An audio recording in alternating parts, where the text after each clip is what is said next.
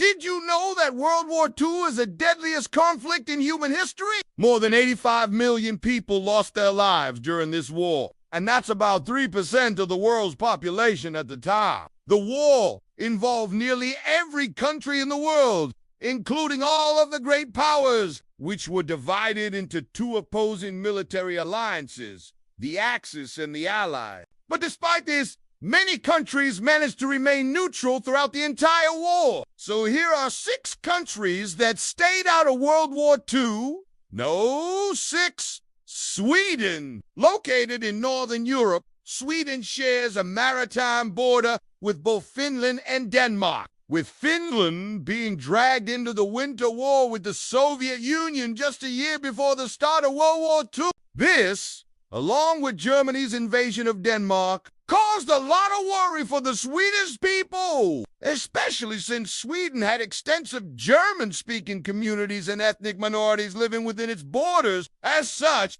there were strong feelings towards both sides of the war. Despite this, though, the Swedish government would stay officially neutral throughout the entire war. But while they didn't join either side, they did trade extensively with Germany, importing coal and exporting iron ore. They also allowed German troops to pass through their territory on several occasions, most notably during the Norwegian campaign in 1940, and when they invaded Denmark in 1943. Sweden also had a secret defense plan that involved attacking Norway from the north if Germany ever failed. So they weren't exactly a pacifist nation. Number 5, Switzerland. Much like Sweden, Switzerland is a small country sandwiched between other nations, sharing borders with France, Germany, Italy, and Austria. In fact, during World War I, they remained neutral, but still suffered heavily due to the conflict. So they went to great lengths to avoid getting involved in World War II. The Swiss knew that remaining neutral wouldn't be easy, and so they began to prepare well in advance, creating fortifications, stockpiling food and weapons, and even training their own army. This proved to be very effective as they were able to fend off an Italian offensive force and protect their land, although their neutrality didn't stop them from having a somewhat negative effect on the outcome of the war. In 1936, they agreed to sell hydroelectric power to Germany, which helped sustain German industry. And even after the war started, they continued to trade with Germany, much to the anger of the Allies. Number 4, Portugal. Portugal is located on the Iberian Peninsula, separated from Spain by the river Gar. They share a long history with Spain, even being ruled by the same monarchs up until the 19th century. But perhaps more importantly, they have one of the longest coastlines in Europe, making it difficult for any would-be invader to control. For this reason,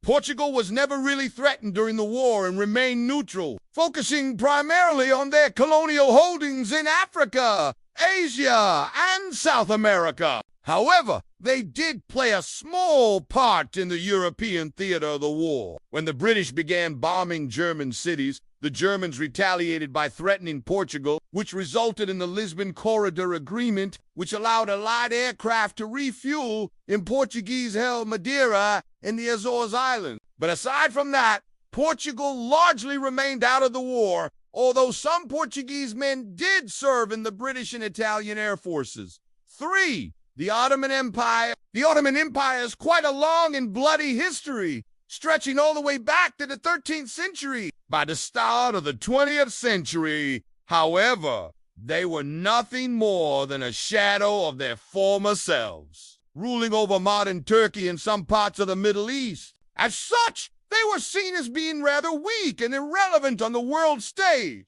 and as a result, were left alone for the most part during World War I. After losing vast amounts of territory following World War I, the Ottoman leadership was eager to regain some of their lost lands. This led them to join the conflict on the side of the Central Powers, fighting mainly in the Middle East. Unfortunately, they suffered heavy defeats at the hands of the British and Arab forces and ultimately lost even more territory. No! 2. Iran. Iran is located in Western Asia, bordered by Iraq, Turkey, and Afghanistan. At the start of the 20th century, they were seen as being a weak nation and were occupied by the Russians and British in 1907. As such, they were eager to prove themselves by joining the Axis powers. And they were given assurances by the Germans that if they joined, they would help kick out the British and Russians. But when Germany invaded the Soviet Union, the British saw this as a violation of their agreement and began pressuring the Iranians to switch sides. Once the Germans advanced too close to Iranian oil fields, the British and Soviets launched an offensive into the country to take control of these resources. The Iranian government tried to resist, but it was quickly crushed, and the country was occupied. 1. The United States of America. The United States of America is a massive country located in North America, spanning from the Atlantic Ocean to the Pacific Ocean.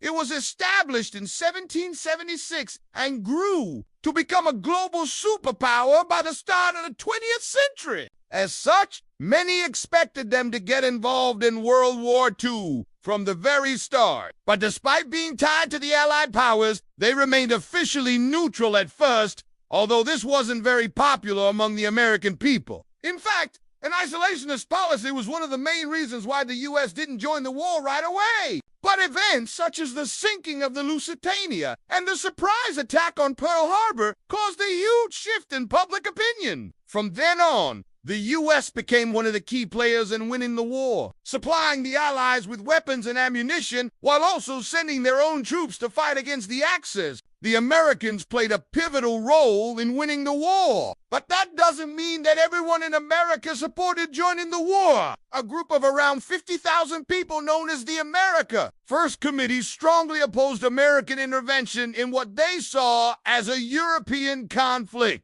Their protests were largely peaceful, but eventually they began to be overshadowed by the huge influx of propaganda created by the U.S. government. And that's all for today. Thank you for watching. Subscribe for more content.